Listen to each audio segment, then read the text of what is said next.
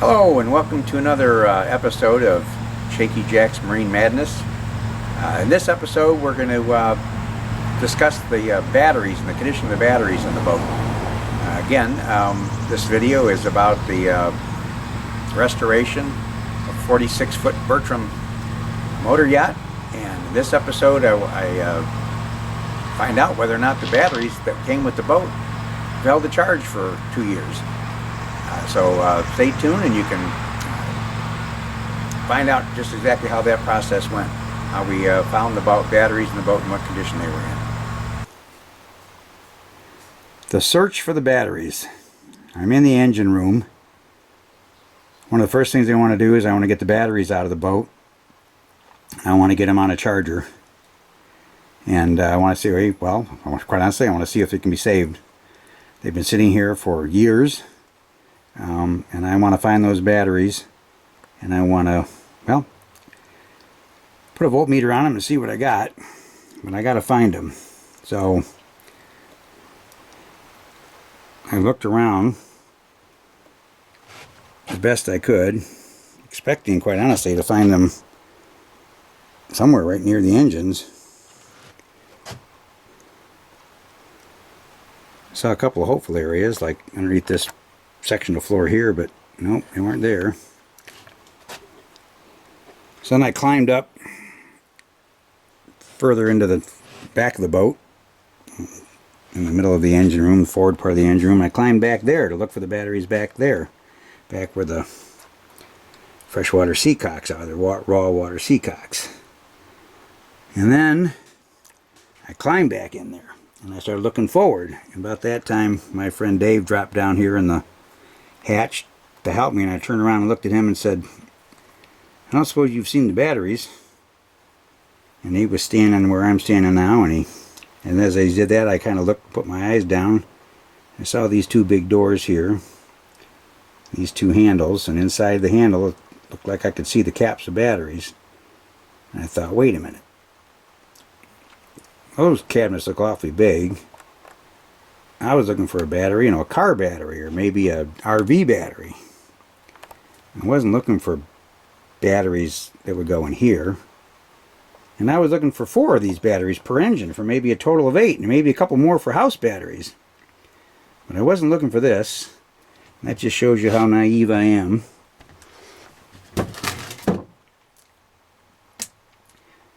So, pull over the cover, and there are the batteries that I wasn't looking for.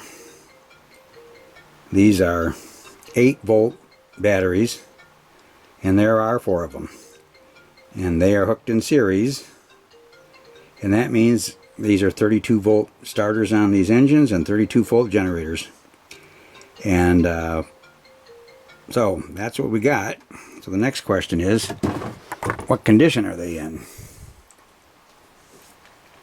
So I got my meter here, and let's see. Actually, I'm probably going to let Dave kind of point down there towards the batteries. Yeah, like that. I'm going to see if we can get this thing to focus on what I get. Otherwise, I might have to zoom in there. If the batteries are perfect, there'd be 8.5 volts probably per cell.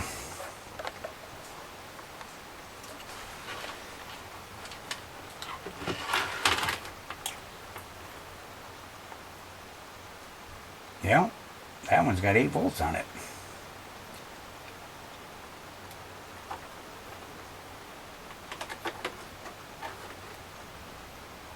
This one's got 7 volts on it.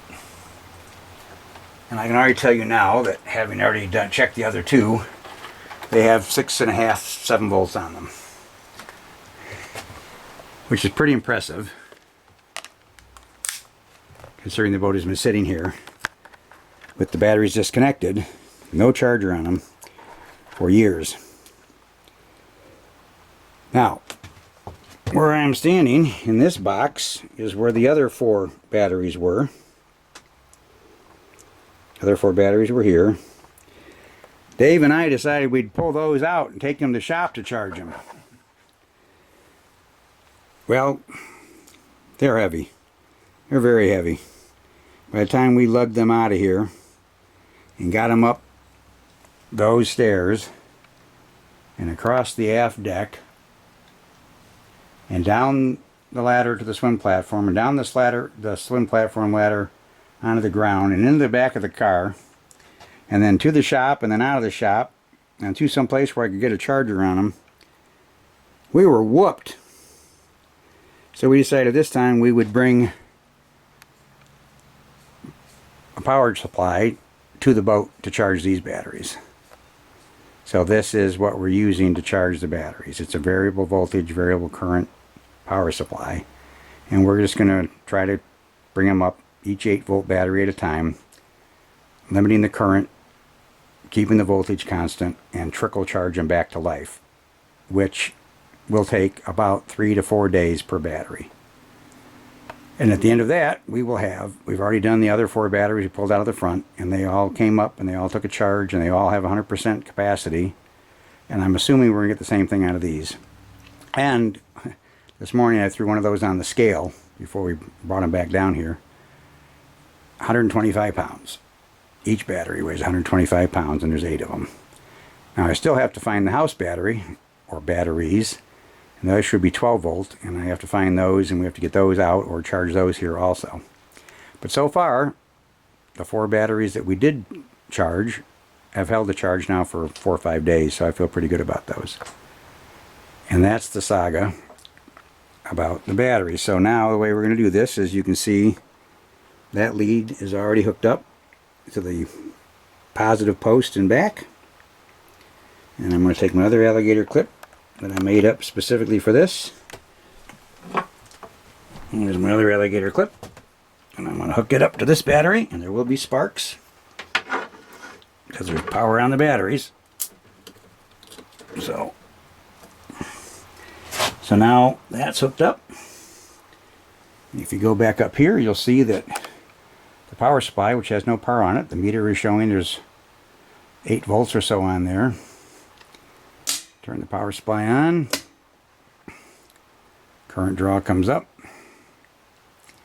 It will start to bleed off. We're only going to charge it at about 2 amps. So this current limit is here in case these leads should short out, or if the batteries start to short out, it will shut this thing down. Also, I can set the voltage here to change my current limit. There it goes to nothing.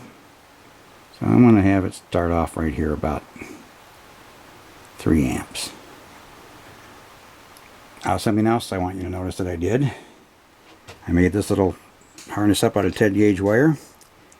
At the end of each of those leads is a 20 amp fuse.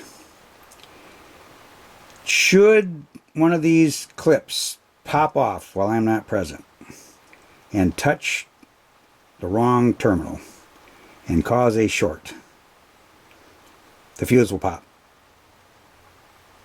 Either positive or negative. If they get to the wrong place, if they somehow wind up shorted together, the fuse will pop or the power supply will shut itself down. This way I can rest assured that something weird isn't going to happen, because these are 125 cranking amps of battery here, and if you touch positive and negative, you will have invented a welder. So we want to make sure that what we're doing here is safe, and that putting those fuse holders there and limiting the current is the one way to do it. Now I understand I got some toys and some things here that you probably don't have. I own an electronics company, so I have some pretty cool test equipment. But you can buy 32 volt battery chargers. You can do this in number 10 volt battery chargers or 8 volt battery chargers. I just happen to have some pretty cool stuff for charging these batteries. So that's it on the battery situation, except I still have to find the house batteries.